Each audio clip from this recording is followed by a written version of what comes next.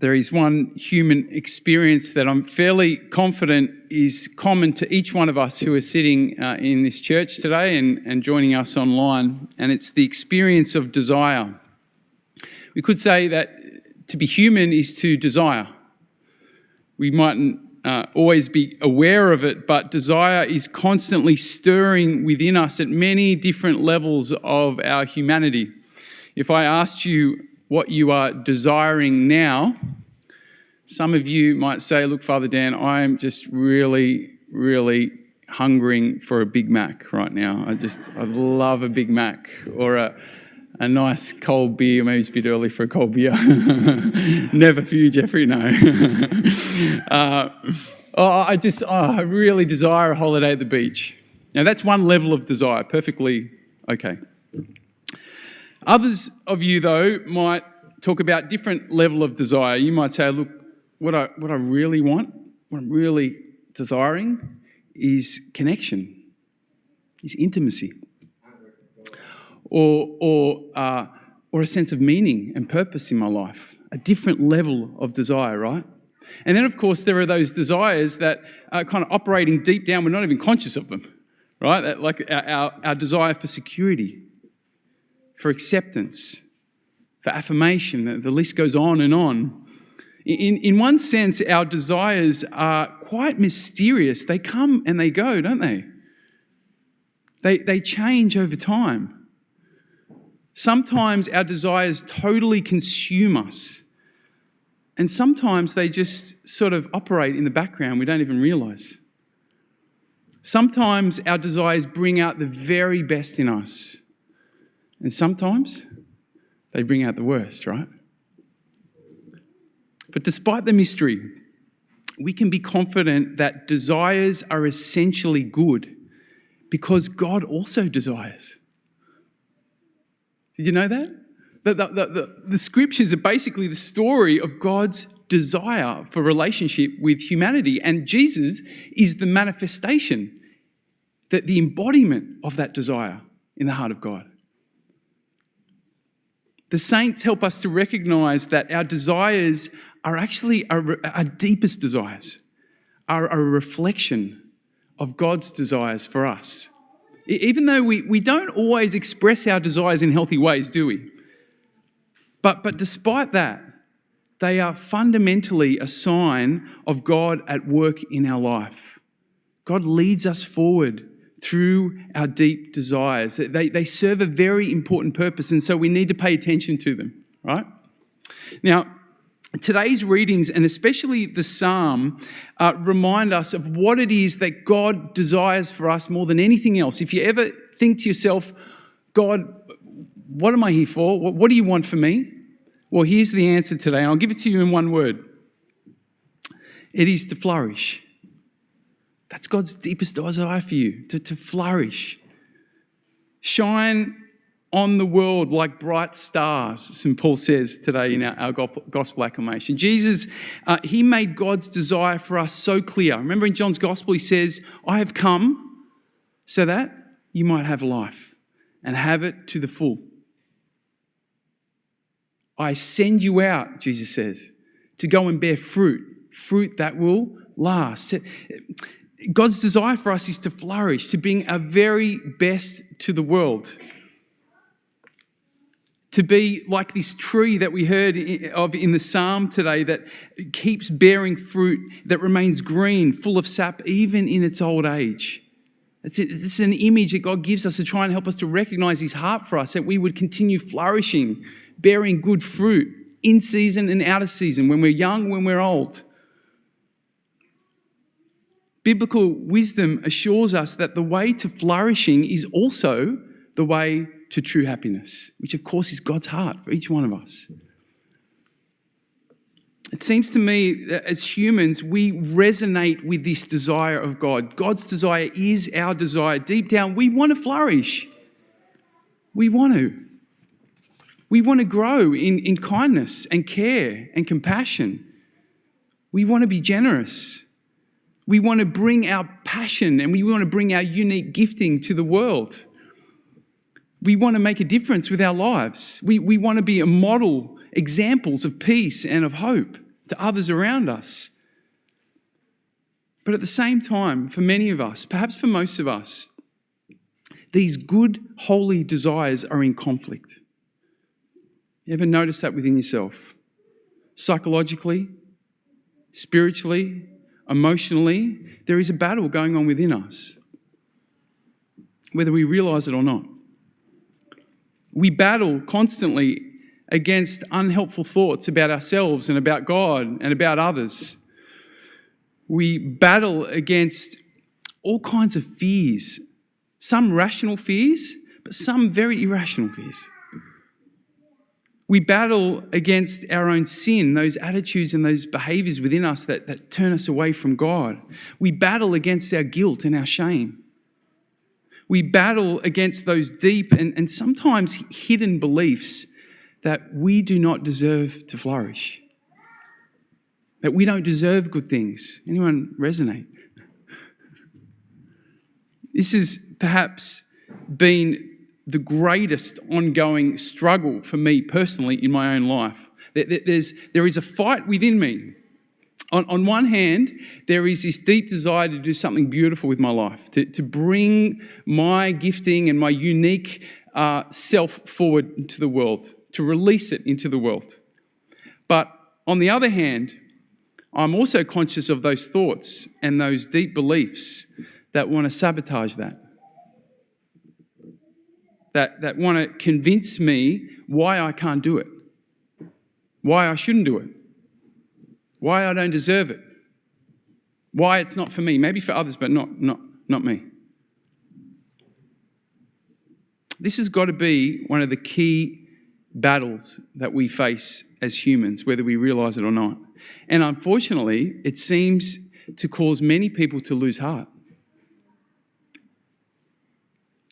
You know, those discouraging thoughts, they can cause us to give up on our deepest desires.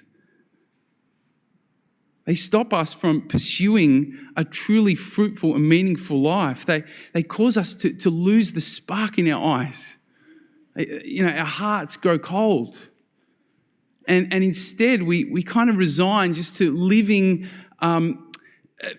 life just to get by, right? As long as I minimise the pain. If you can resonate at all with this, then St. Paul has a very important message for you today. And his basic message is that the victory has already been won. All of our obstacles, our failures, our sin, our shame, even death itself, St. Paul says, has been swallowed up in the victory of Jesus on the cross.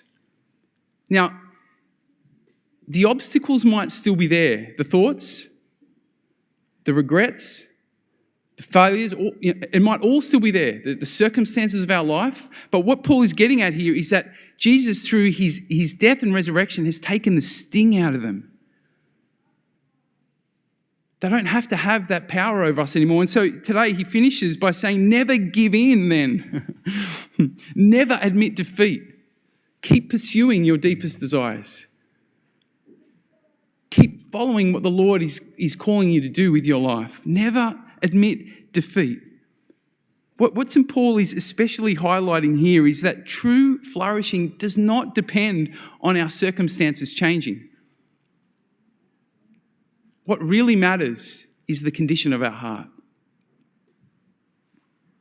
Jesus kind of picks up the same point today in the gospel. He says, a good man draws what is good from the storeness of goodness in his heart.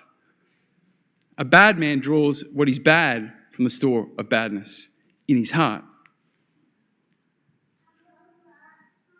When our heart is in a good place with God, then flourishing will come regardless of the situations that we're facing, regardless of our past, regardless of what's going on in our heads. If we truly want to flourish, then we need to get our hearts right. And Paul's point today is that only God has the power to do this, and this power is always available to us. You notice today in the psalm, the psalmist says, it's the just man who will flourish like the palm tree. the just man. Now, he doesn't mean the man that's perfect. He means the man who has embraced God's offer of forgiveness and love. The man who has allowed God to heal and to transform his heart. That's the man who will flourish, truly flourish.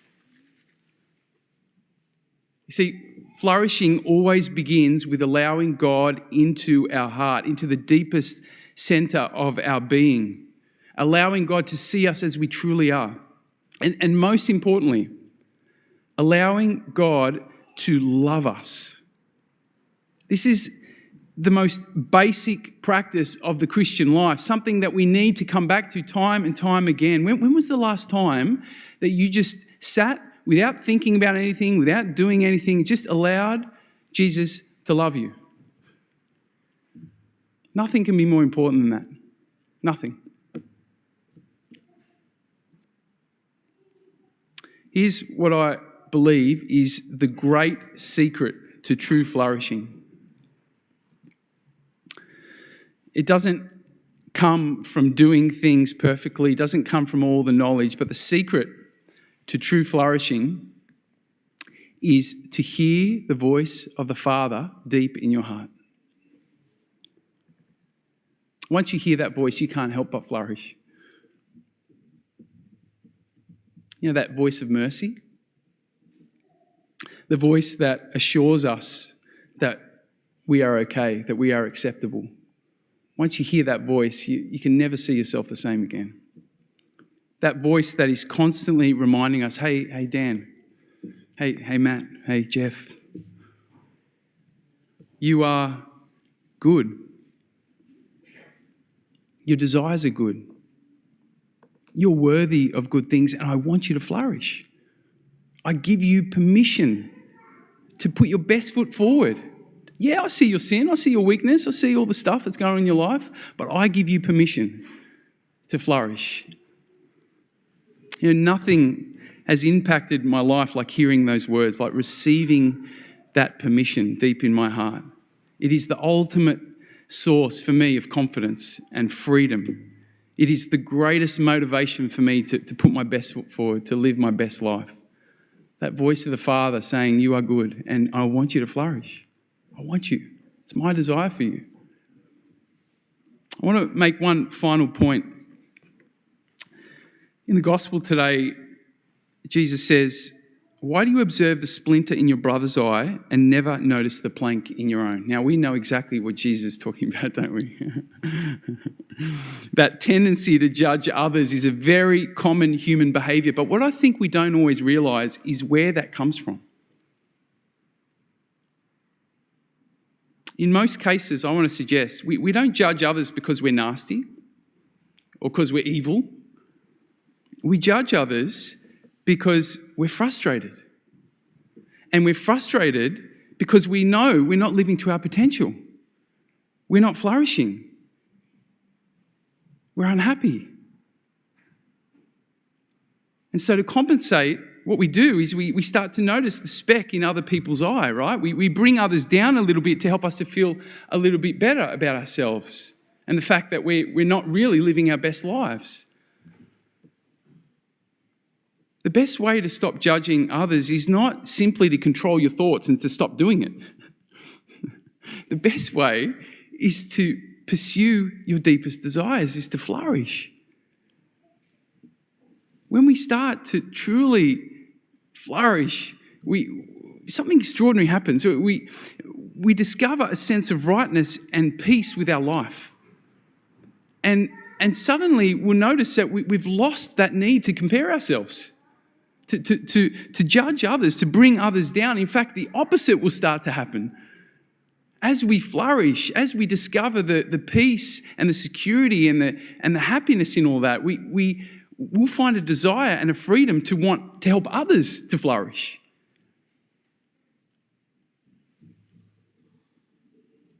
When we flourish, everyone wins.